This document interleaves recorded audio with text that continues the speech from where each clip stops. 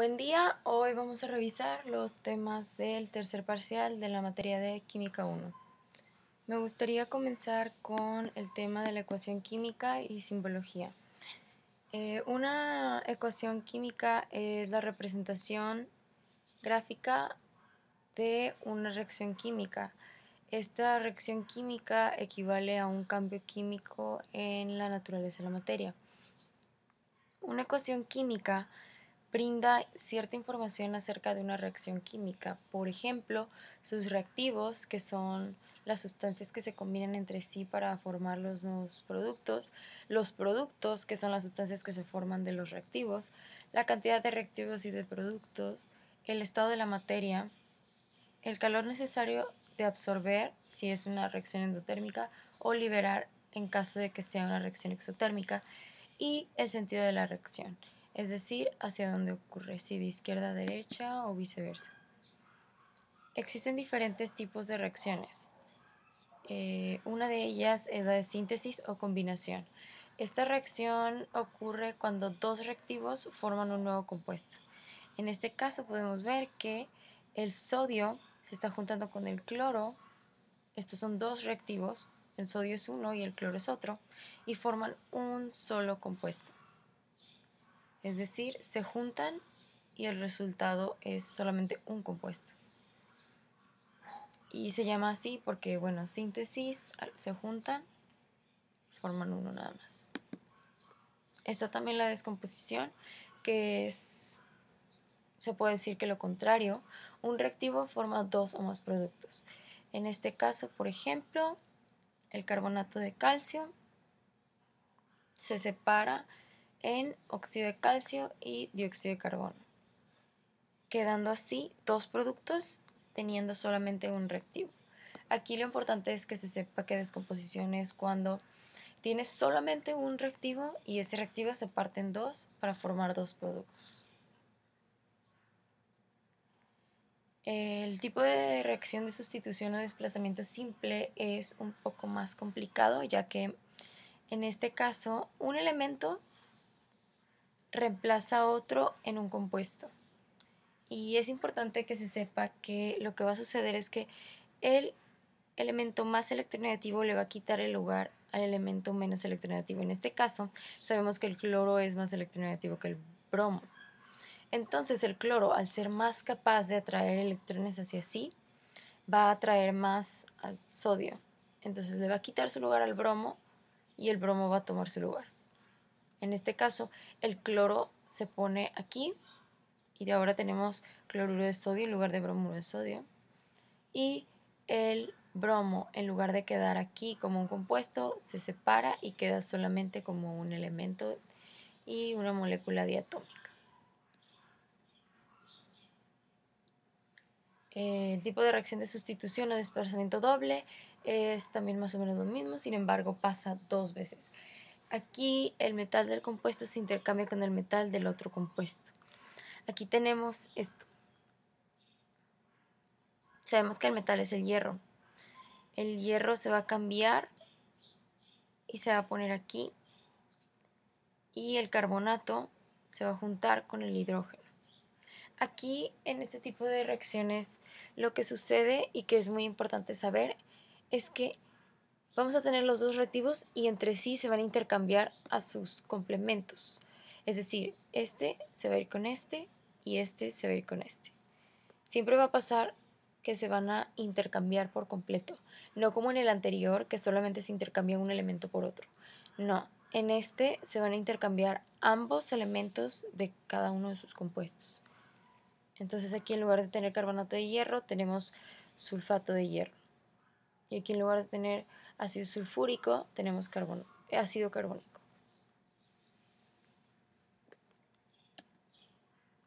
Otro tipo de reacción es el de combustión. Este es el que vemos nosotros todos los días con nuestro auto, cuando quemamos algún combustible, cuando quemamos alcohol o cualquier otra quema de hidrocarburos. Lo que sucede en la combustión es, como ya mencioné, un hidrocarburo que puede ser cualquier elemento que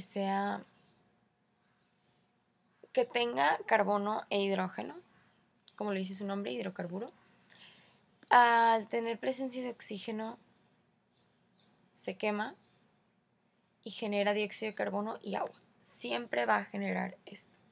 No importa qué hidrocarburo tengas, los productos siempre van a ser el dióxido de carbono y el agua. Como se puede ver aquí, tenemos aquí un metano. Se reacciona con oxígeno y bueno, libera dióxido de carbono y agua. Y por último tenemos la reacción de neutralización. La reacción de neutralización es muy básica. Solamente debemos saber que al juntar un ácido y una base que son lo contrario, vamos a obtener sal y agua.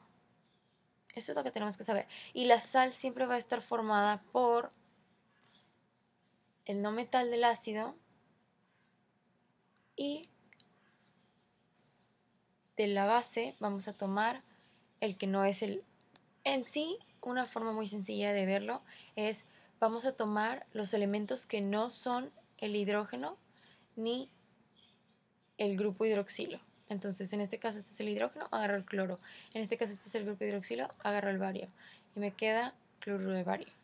Y estos dos, como sabemos, OH y H, que nos dan H2O. Entonces, es una manera más sencilla de verlo. Solamente tomamos los elementos que no son el hidrógeno y el hidroxilo y los juntamos, siempre poniendo el más electronegativo a la derecha. Y esa va a ser nuestra sal. Y sabemos que OH más H dan H2O. De cualquier forma, podemos saber simplemente que ácido más base nos dan sal y agua y ponemos el agua por default. Muy bien. El balanceo de ecuaciones es un punto muy importante en nuestro proceso, ya que todo esto lo estamos viendo para saber resolver problemas prácticos que se utilizan en la vida diaria, para preparar soluciones, para llevar a cabo experimentos, y el balanceo de ecuaciones es una de las principales bases para hacer todo esto, ya que las ecuaciones deben cumplir con el principio de la conservación de la materia. Esto quiere decir que tenemos que tener el mismo número de átomos de un lado de la ecuación que el mismo número de átomos del otro lado de la ecuación. ¿Por qué? Porque el número de átomos debe ser exactamente idéntico, ya que el número de átomos no depende de la sustancia de la que estemos hablando. El número de átomos es algo universal. Y bueno, necesitamos que sean exactamente idénticos porque nos tenemos que asegurar de que la reacción haya sucedido y no se haya perdido materia, ya que eso es imposible. La materia no se crea ni se destruye, solamente se transforma. No podemos perder ni ganar materia en el transcurso de la reacción, solamente podemos transformarla. Entonces, a la hora de medir en átomos, tenemos que tener exactamente el mismo número de átomos. Y muy bien, existen dos métodos de balanceo de ecuaciones. Uno de ellos es el más sencillo, el método del tanteo. Es el que hemos visto desde siempre, el que nos han enseñado desde la primaria. Ese es. El método del tanteo es el que debes considerar que los subíndices de los compuestos son fijos, no se pueden cambiar al gusto. Esto quiere decir que si tenemos, por ejemplo, un cloruro de bario, necesitamos saber que el cloro, o sea, el bario necesita dos cloros. Entonces tenemos BaCl2. Entonces nosotros no podemos cambiar el subíndice que es 2 por otro para que se acomode con nuestro balanceo. Eso no se puede hacer, los subíndices son fijos, no se pueden mover y tienes que trabajar en base a ellos. Asimismo, los coeficientes deben ser números enteros, no se puede poner 7.3 o algo así porque eso ya es como manipular la ecuación a tu gusto y eso no se puede, tiene que ser en base a la ecuación que tenemos. Entonces los números tienen que ser enteros. El coeficiente que se asigne a cada sustancia multiplica cada número en la forma. Regresemos al ejemplo del cloruro de bario. Si yo tengo un cloruro de bario y yo necesito dos barios porque del otro lado tengo dos barios, multiplico por 2 mi compuesto que es cloruro de bario. Pero al multiplicarlo por 2, yo voy a tener dos barios Sin embargo, también voy a tener 4 cloros, porque mi cloro, si recuerdan, tiene un subíndice 2 abajo. Entonces se multiplica 2 por 2 y tengo 4 cloros. Es decir, no solamente se va a multiplicar el elemento por el coeficiente, sino se va a multiplicar el subíndice del elemento por el coeficiente. Si tenemos un subíndice de 1, pues bueno, ahí sí va a ser más directo. Pero tenemos que considerar que hay unos que tienen subíndices que no son 1 y se deben multiplicar por el coeficiente también. Y se deben considerar también como parte de la ecuación, se deben considerar como parte de los átomos de, de esa sustancia. Y bueno, también tenemos que saber que los iones poliatómicos se toman como una sola unidad. No se separan, sino se toman juntos como en todo. Aquí les tengo ejemplos. Por ejemplo, tenemos ácido clorhídrico más calcio. Nosotros sabemos que lo que va a suceder es que se va a formar una sal que es cloruro de calcio y se nos va a quedar el hidrógeno como una molécula diatómica. Ignorando este 2 aquí, porque esta ya está balanceada, supongamos que no está el 2. ¿Qué hacemos? Contamos los átomos de cada una de las moléculas que tenemos. Aquí solamente tenemos una de cloro. Aquí tenemos 2. Entonces ya sabemos que ese número está incorrecto. Deberían ser 2 de cloro de este lado porque yo tengo 2 de cloro acá. De hidrógeno, yo veo que aquí solamente tengo una y acá tengo 2. Entonces, ¿qué hago si el calcio está perfecto? Tengo una y una. El calcio no le muevo nada. Pero ¿qué hago si yo veo que el hidrógeno tengo 2 y acá también tengo hidrógeno, pero solamente tengo uno y también solamente tengo un cloro y acá tengo 2 cloros? Esta ecuación está más fácil porque solamente tengo que acomodar mi cloro y mi hidrógeno. Entonces, si acá tengo 2 de ambos, pues solamente multiplico por 2 este compuesto y ya tengo 2 por 1. Mi subíndice de la H es 1 porque no tiene otra molécula que lo acompañe. Y tengo 2 de hidrógeno, igual que acá. 2 hidrógenos, perfecto. El cloro, 2 por 1 porque mi subíndice también es 1, 2. 2 de cloro, 2 de cloro. 1 de calcio, 1 de calcio. Entonces queda perfectamente ajustada y balanceada esta ecuación. Y bueno, se le llama método del tanteo porque aquí tú no estás haciendo específicamente nada, ningún cálculo ni nada. Tú solamente estás tratando de atinarle los números, pones un número que tú creas que va a funcionar, lo compruebas y si es, pues lo dejas, si no, tienes que intentar con otro. Por eso es el tanteo. Y muy bien, el segundo método es el de óxido de reducción. Este método es un poquito más complicado porque requiere de un poco más de cálculos. No son muy complicados los cálculos, sin embargo, se tienen que hacer. En primer lugar, me gustaría explicarles qué es la oxidación y qué es la reducción. La oxidación es cuando un elemento pierde electrones. Si recordamos el número de oxidación, bueno, en este caso el número de oxidación aumenta porque tienes menos electrones. Entonces, en lugar de tener un -2, tienes un 0. Eso quiere decir que perdiste 2 electrones. Si recuerdan, los electrones son negativos. Entonces, la carga negativa depende de cuántos electrones tengas. Entre menos electrones tengas, más positivo es tu número de oxidación. Entre más electrones tengas, más negativo es. Y la reducción es cuando se ganan electrones. Es quiere decir que su número de oxidación se reduce. En eso se basa. Suena un poco raro que reducción signifique ganar electrones, sin embargo, no lo piensen de esa forma, piensen que se llama reducción porque el número de oxidación se reduce y se llama oxidación porque el número de oxidación aumenta. Una vez sabiendo esto, podemos ver los pasos para llevar a cabo este método de óxido-reducción de balanceo de ecuaciones. El primer paso es calcular los números de oxidación. Siempre es muy importante calcular primero qué tenemos en cada uno de los elementos. Aquí tenemos el carbono más el ácido sulfúrico que nos da dióxido de carbono, dióxido de azufre y agua. Aquí, para calcular los números de oxidación, bueno, vamos uno por uno. Cuando se tiene un elemento solo, si recuerdan, el número de oxidación es igual a 0. Está en su estado natural. Para esta, sabemos que el número de oxidación del hidrógeno es siempre 1 y el del oxígeno es siempre -2. Entonces, tenemos que el oxígeno tiene un estado de oxidación de -2 y el hidrógeno de +1. Si recuerdan, podemos multiplicar 1 por 2 y me da 2. Positivo. -2 por 4, -8. -8 más 2 del hidrógeno más cualquiera que tenga el azufre me tienen que dar igual a 0 porque mi compuesto no tiene una carga. Entonces, más 2 menos 8. Más 2 menos 8. Eso me da -6. Entonces, ¿qué tengo que sumarle a -6 para que me dé 0? +6. La carga del azufre entonces es +6. Pasamos con el dióxido de carbono. El dióxido de carbono sabemos que el estado de oxidación del oxígeno siempre es -2, -2 por 2, -4, que le tengo que sumar a -4 para que me dé 0 porque se trata de una molécula neutra, más 4. Entonces el estado de oxidación del carbono es 4.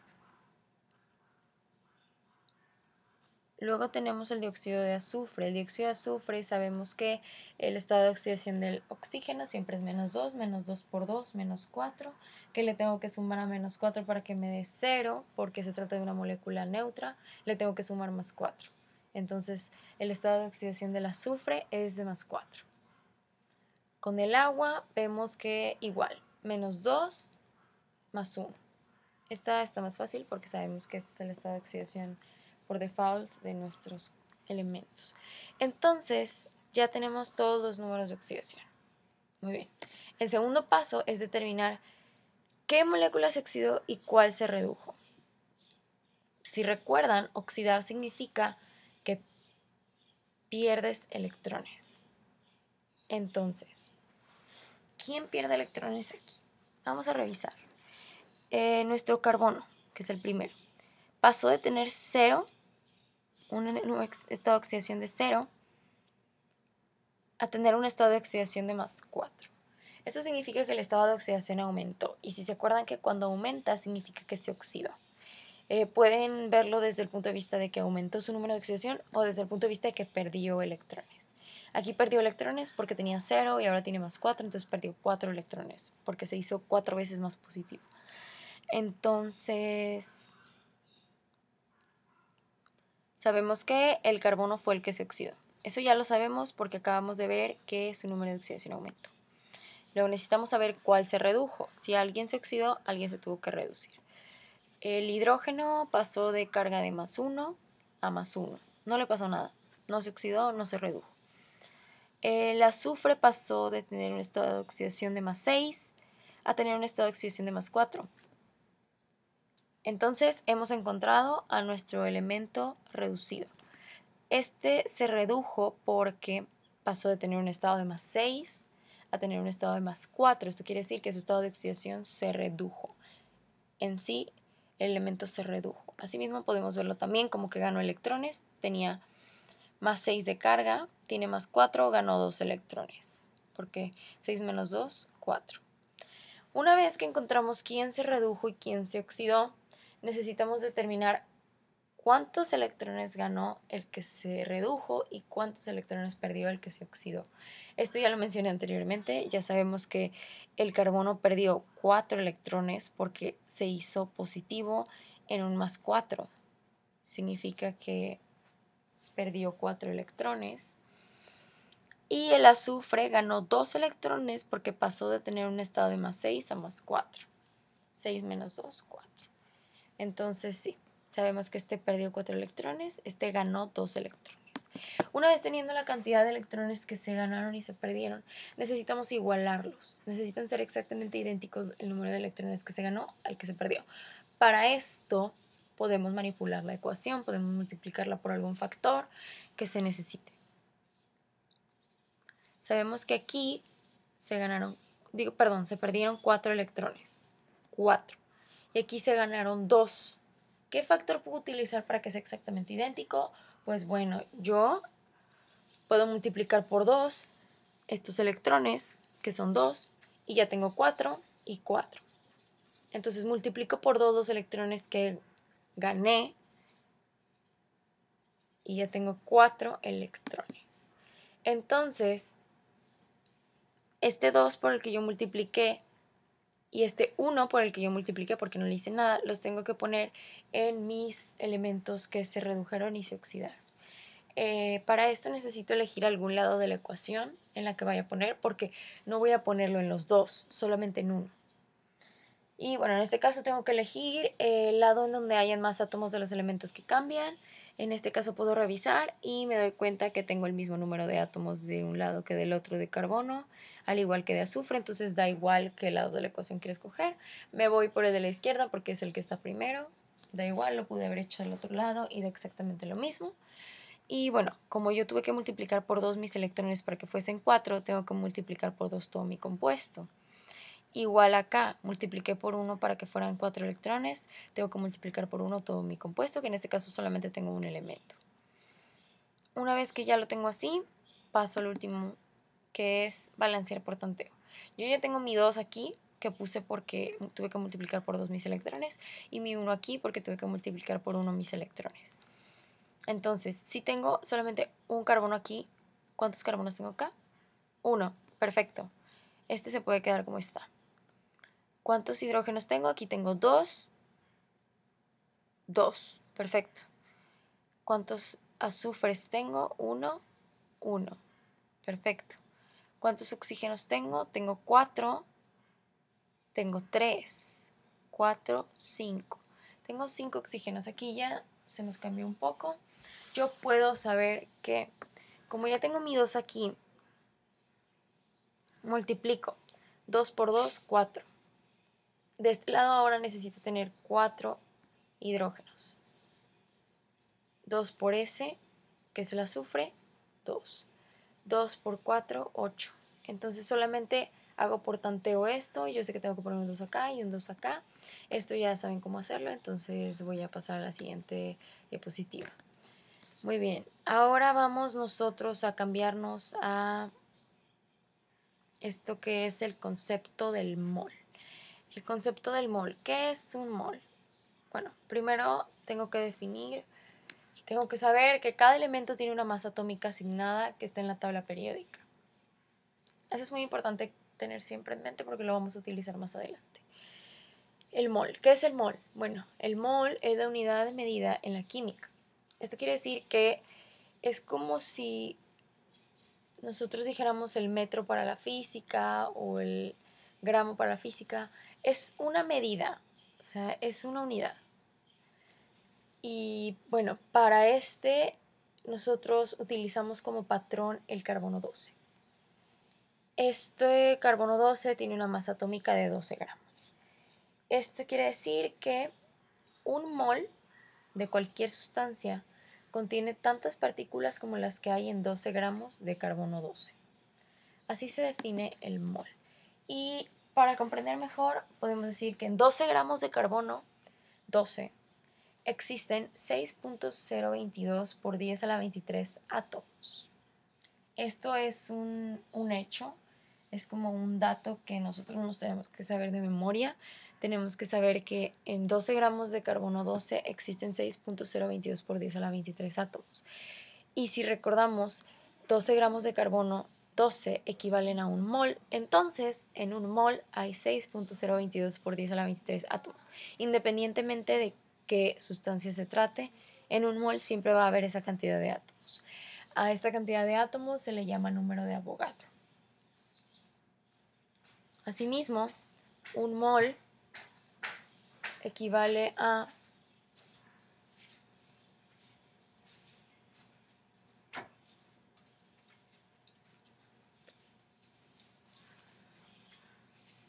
un mol equivale exactamente a lo mismo que vale la masa atómica del elemento, ya que la masa atómica del elemento es igual al mol.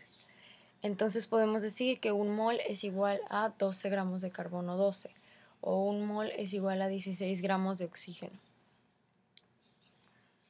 Muy bien, aquí tenemos un ejemplo de lo que es la conversión de gramos a moles.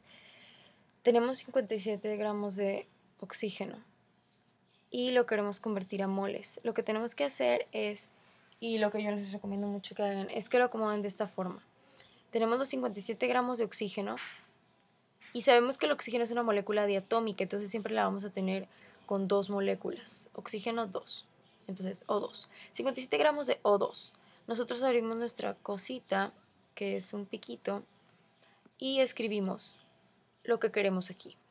Esto es conversiones desde siempre, las que siempre hemos hecho, en este caso van a ser con moles, pero ustedes ya saben hacer conversiones de cualquier tipo, entonces saben que aquí tenemos que escribir lo que queremos. ¿Qué estamos buscando? Estamos buscando moles, entonces escribimos mol de oxígeno.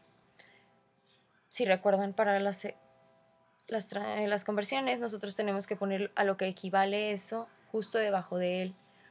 ¿A qué equivale un mol de oxígeno?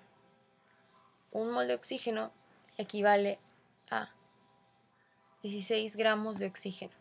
Entonces solamente lo convertimos a moles. Un mol de moléculas de un compuesto es exactamente lo mismo que para el elemento. Un mol de moléculas de un compuesto equivale a 6.022 por 10 a la 23 moléculas del compuesto, y esto equivale a la masa molar del compuesto. Es exactamente igual que con los elementos, solamente que estamos hablando de compuestos. Y bueno, vemos aquí 57 gramos de ácido sulfúrico, no sé por qué aquí 57 gramos de ácido sulfúrico, y nosotros lo queremos convertir a moles. ¿Qué buscamos? Estamos buscando moles de ácido sulfúrico y tenemos que escribir su equivalencia justo debajo de él. La masa atómica la conseguimos sumando 1.01 por 2, porque tengo 2 hidrógenos, más la masa del azufre, más la masa de 4 veces el oxígeno, nos da 98.08.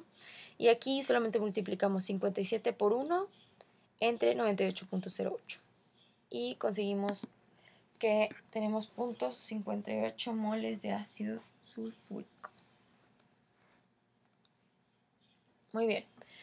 Como sabemos, no todas las sustancias se encuentran en líquidos, también se encuentran en gases. Entonces, para esto necesitamos saber cómo interpretar la información cuando nos dan gases. Las sustancias gaseosas se miden en litros y no en gramos. Un mol de cualquier gas también equivale a 6.022 por 10 a la 23 átomos. Asimismo, cuando un gas se encuentra en condiciones de temperatura y presión normales, que equivalen a 273 Kelvin, o sea, 0 grados centígrados, y una atmósfera, un mol de cualquier gas ocupa 22.4 litros. Siempre, de cualquier gas. Se trate de cualquier sustancia, en condiciones normales van a ocupar el mismo espacio, 22.4 litros. Y bueno, la ley de la conservación de la materia, como ya explicamos, no hay cambio en la masa total cuando ocurre una reacción. La masa de los productos es igual a la masa de los reactivos. La estequiometría. La estequiometría es súper importante para nosotros cuando estudiamos química. ¿Por qué? Es importante porque relaciona reactivos y productos de una misma reacción. Es gracias a ella que se pueden conocer las cantidades de estos sin necesidad de tener todos los datos. A nosotros nos pueden dar los datos de cuánto tenemos como reactivo y nosotros podemos decir cuánto sale como producto, o nos pueden decir los productos y podemos decir cuánto reactivo tuvimos gracias a la estequiometría. De no ser así, tendríamos que saber exactamente cada dato y necesitaríamos mucha más información para resolver problemas a que si nosotros solamente nos dieran los reactivos y nosotros pudiésemos conseguir los productos. Para esto, es decir, para la estequiometría, es importante que la reacción esté siempre balanceada. Esto es muy importante que sepan. Siempre que vayamos a utilizar estequiometría es necesario, es un requisito que todas las ecuaciones estén balanceadas. No se nos puede olvidar balancear, porque los coeficientes son las equivalencias de cada sustancia, son lo que nos están diciendo esto equivale a esto y por eso es igual. Y bueno, si tenemos la cantidad de una sustancia en gramos, es necesario convertirla en moles. Una vez estando en moles, solamente se necesita multiplicar por el factor de conversión, que son los coeficientes, y si se desea convertir estos moles a otra sustancia en gramos o litros. Muy bien, entonces más adelante voy a explicar un poquito más sobre estequiometría a través de los problemas que encarguemos de tarea, para que se den una idea de más o menos cómo se resolvían los problemas. ¿Qué es el reactivo limitante y el reactivo en exceso? El reactivo limitante, como lo dice su nombre, es el que limita la reacción. Es decir, es el que hay en menos cantidad, hay menos moles de ellos con respecto al otro que se tiene. Y bueno, este se va a consumir por completo porque, por ejemplo, cuando tú tienes algo que necesitas por completo y algo que te sobra, el que necesitas por completo se va a acabar. Porque el que sobra en ningún momento se acaba. En algún momento se tiene que terminar la reacción. La reacción se va a terminar cuando se acabe uno de los reactivos. Y el reactivo que se va a acabar es el que tengas menos. Entonces el reactivo limitante siempre se va a terminar, siempre se va a consumir por completo y va a limitar la producción de los reactivos. De los productos. Y el reactivo en exceso es todo lo contrario, es el que sobra, es el que está de más y es el que no se va a terminar. Al final de la reacción va a sobrar y siempre hay más cantidad de este en un inicio de la reacción. Muy bien, vamos a resolver los problemas que quedaron de tarea porque es muy importante que sepan cómo se resolvían. Aquí nos pedía que calculáramos los litros de oxígeno, dióxido de carbono y de agua. Nos daban la ecuación, nosotros teníamos que balancearla. Aquí, bueno, la balancea el tanteo, ya sabemos cómo se balancea. Y nos dice que está en condiciones normales. Bueno, aquí ustedes aprendieron sobre el volumen molar. Sin embargo, yo conozco una forma muchísimo más sencilla, más práctica y más lógica de resolver los problemas y me gustaría enseñárselas. Aquí yo usé la fórmula del gas ideal. La fórmula del gas ideal es esta que ven aquí. Presión por volumen es igual a número de moles por R, que es una constante, siempre va a ser exactamente idéntica, siempre vamos a usar la misma, por temperatura. La presión, ya sabemos que está en condiciones normales, siempre va a ser una atmósfera. El volumen es lo que estamos buscando o lo que nos dan, depende del problema. Y el número de moles es lo que estamos buscando también o que nos van a dar. Y la R es constante y la temperatura es 273 Kelvin. Entonces nosotros vamos a solamente, los únicos datos que nos falta para esta fórmula es el volumen y el número de moles.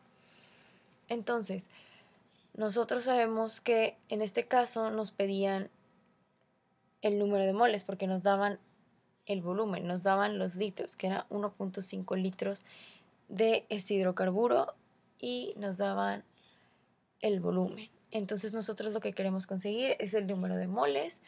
Entonces despejamos para el número de moles. El número de moles va a ser igual a la presión por el volumen. La presión es de una atmósfera, el volumen es de 1.5 litros. Y eso lo vamos a dividir entre la R por la temperatura. La temperatura es de 273 Kelvin y la R es una constante, nos la tenemos que aprender, que equivale a 0.08206. Entonces solamente multiplicamos eso y nos da que el número de moles es igual a 0.06696 moles.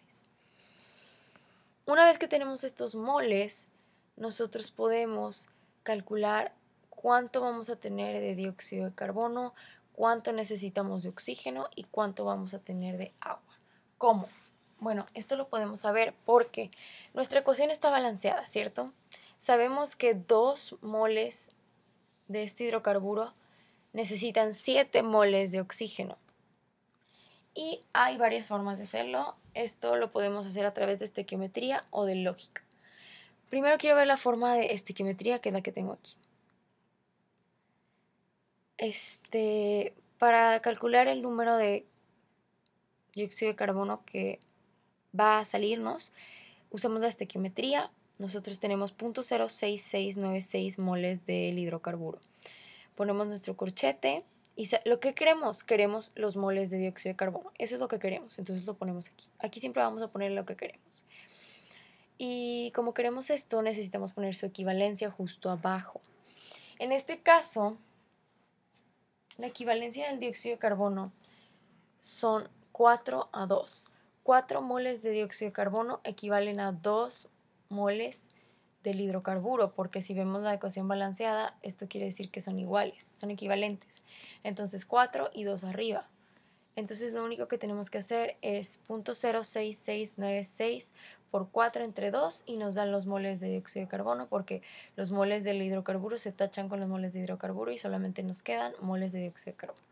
Ya tenemos los moles de dióxido de carbono que queríamos, entonces solamente para nosotros calcular el volumen solamente tenemos que usar la fórmula.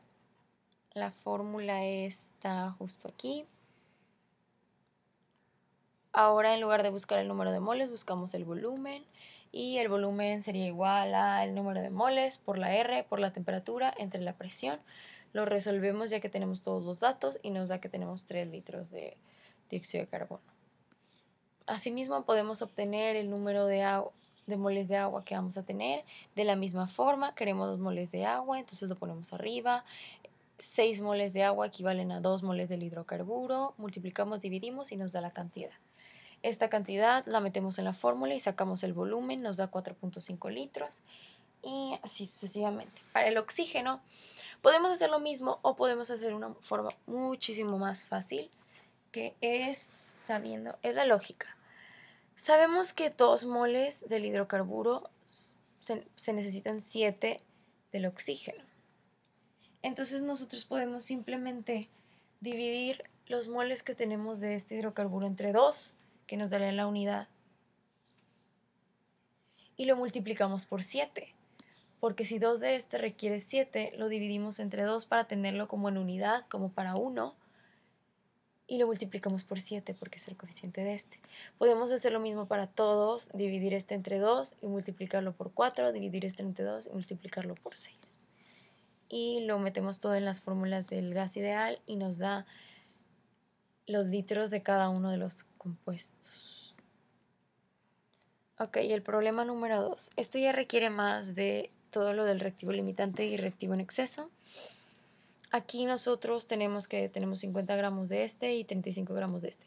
No nos podemos dejar llevar por la cantidad de gramos que tenemos, ya que eso es muy subjetivo, ya que se trata de diferentes compuestos. Tenemos que pasarlo todo a moles. Aquí yo estoy convirtiendo 50 gramos de carbonato de calcio a moles. Me da 0.4496566 moles de carbonato de calcio. Y me dan 35 gramos de ácido fosfórico.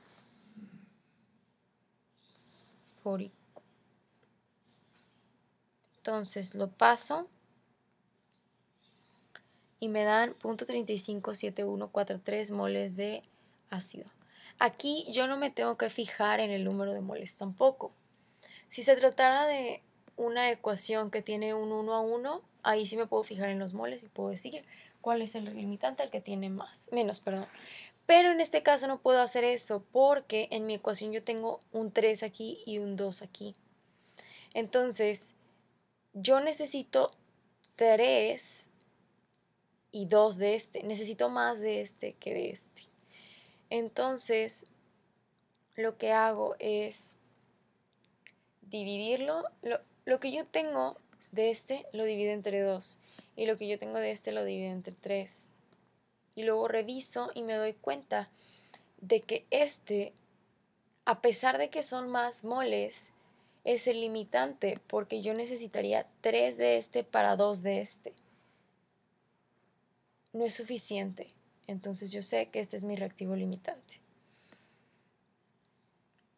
Y este es mi reactivo en exceso.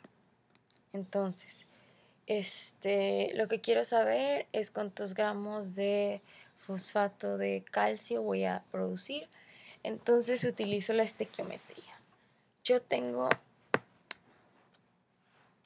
que usar, si se acuerdan dijimos que el reactivo limitante va a limitar, como su nombre lo dice, la producción de productos. Entonces es lógico que yo no voy a utilizar mi reactivo en exceso para calcular cuánto producto voy a tener, porque esa va a ser una cantidad irreal. No voy a poder llegar a tal cantidad porque mi reactivo limitante se va a acabar antes de poder llegar a ella. Lo que tengo que utilizar es mi reactivo en limitante. Eso es lo que yo voy a utilizar. Yo no puedo utilizar mi reactivo en exceso. Yo voy a usar mi reactivo limitante para calcular cuánto producto voy a tener. Entonces mi reactivo limitante quedamos en que es el carbonato de calcio.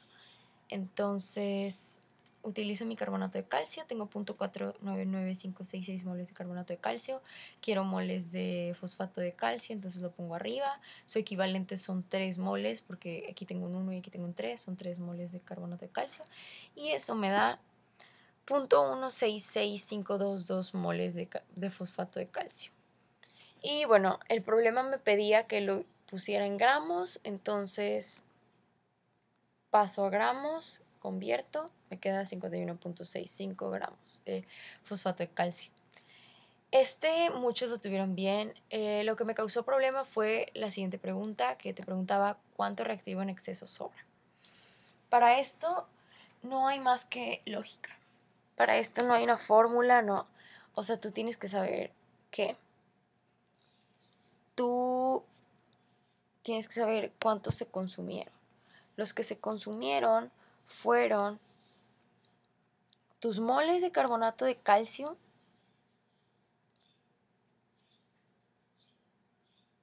entre 1.5, porque lo multiplicas por 3, porque es lo que tienes, pero lo divides entre 2 porque es lo que necesitas, entonces te quedan 0.333044 moles consumidos.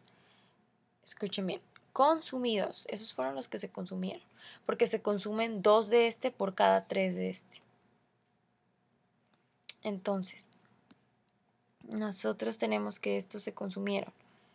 Y los que tenemos iniciales son 0.357143. Entonces, para conocer cuántos me sobran, solamente tengo que restar los iniciales menos los consumidos. Y me quedan cuántos tengo en exceso y ya. Este problema casi todos también lo supieron hacer porque, bueno, es solamente calcular los moles de cobre. Tenemos los gramos, tenemos los litros. Solamente, todo se trata solamente de transformar y nos dan los 0.18. Aquí les dejo la imagen como quiera para que la revisen. Y es hora de pasar al siguiente tema. El siguiente tema son soluciones. Las soluciones son mezclas homogéneas. Lo que trata de decir la palabra homogénea es que tú al verlo vas a ver que está completamente igual. No se van a ver como grumos, no se van a ver separaciones. Por ejemplo, cuando pones agua con aceite, eso no es una mezcla homogénea, porque tú puedes ver la separación entre el aceite y el agua. Una mezcla homogénea sería, por ejemplo, una limonada, que tú agitas bien y mezclas hasta que se vea completamente uniforme. Se pueden separar por métodos físicos las soluciones, y las soluciones están compuestas por 2 elementos, que son el soluto y el solvente. El soluto es el componente que se disuelve y generalmente se encuentra en menor cantidad. El solvente o disolvente es el componente en el que el soluto se disuelve y generalmente se encuentra en mayor cantidad. Aquí voy a seguir usando el ejemplo de la limonada. En el caso de la limonada, el soluto es el polvito, o, bueno, si es de polvo o si es de limón natural, el limón, y el soluto sería ese, el solvente sería el agua. Y bueno, lo que sucede cuando haces una solución es que las moléculas del soluto se asocian con las moléculas del solvente. Cálculos de soluciones es algo súper importante porque nosotros a lo largo de nuestro trabajo, si trabajamos con sustancias químicas o lo que sea, vamos a tener que preparar soluciones. Y para preparar soluciones es importantísimo que se sepa cómo se va a preparar la solución, qué molaridad quieres que tenga, cuál concentración es la adecuada, y para la concentración necesitas saber cuánto tienes que echar de soluto y todo eso. Entonces es importante que se sepa calcular. Existen 3 formas de calcular concentraciones. Una de ellas es la solución porcentual masa. Esto quiere decir que se trata de un porcentaje que mide la masa. Entonces, la fórmula es masa de soluto entre masa de solución. Es muy sencilla, por 100 cuando se trata de un porcentaje. Entonces, si yo tengo una solución al 30%, significa que tengo 30 gramos de soluto y 100 gramos de solvente. ¿De acuerdo? La solución porcentual volumen es exactamente lo mismo, sin embargo, de volumen. Volumen de soluto entre volumen de solución. Si yo tengo una solución al 30%, significa que tengo 30 mililitros de soluto y 100 mililitros de solvente. La molaridad es algo un poquito más complicado, es moles de soluto entre litros de solución. Casi siempre las concentraciones van a estar dadas en molaridad porque es la más completa. Nosotros podemos tener los moles del soluto entre los litros de la solución. Es importante que se sepan las unidades, moles y litros. No se puede hacer de otra forma, si no nos va a salir mal. Muy bien, el pH. Más adelante voy a revisar un poquito más sobre la molaridad con el problema de tarea que falta revisar, por cierto. El pH. El pH se define como el potencial de hidrógeno. Según Arrhenius, un ácido es una sustancia que libera iones hidrógeno y una base es una sustancia que libera iones hidroxilo. Entonces aquí podemos ver como si en verdad es eso. Al estar en agua, este se va a separar el H de la A y está liberando iones hidrógeno. La base, por el contrario, libera los iones hidróxido. Según Bronsted-Lowry, el ácido es una sustancia que dona protones y la base es una sustancia que acepta protones. Entonces, aquí podemos ver la misma reacción, sin embargo, al revés. Un ácido, para formarse se tienen que juntar estos dos. Entonces, este es un protón. El ácido lo está donando y la base lo está aceptando. Si se fijan,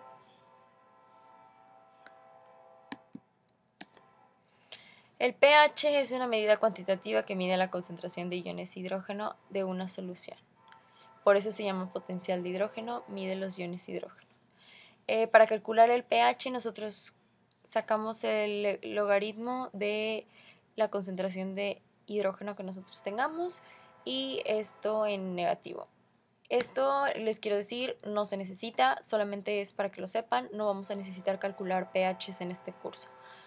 Y bueno, la escala de pH va de ácido a básico, lo más ácido es el 0, lo más básico es el 14 y el 7 es un punto neutro entre el 0 y el 14. Si sabemos, neutros son como el agua, ácidos son como el limón, la leche y básicos son como el jabón y cosas que son más alcalinas. Y muy bien, por último quiero revisar este problema porque este problema incluye cosas de soluciones que me gustaría que quedaran muy claras porque son de las cosas más importantes de química, saber calcular concentraciones para así poder determinar cuánto soluto necesitas, cuánto solvente necesitas y así. Entonces aquí les preguntaba cuánto dióxido de nitrógeno se necesita para tener 0.275 litros de 0.4 molar. Molar es la unidad de la molaridad. O sea, tú moles de soluto entre litros te dan X molar. Entonces, 0.4 molar. Ok, balancemos nuestra ecuación, primero que nada.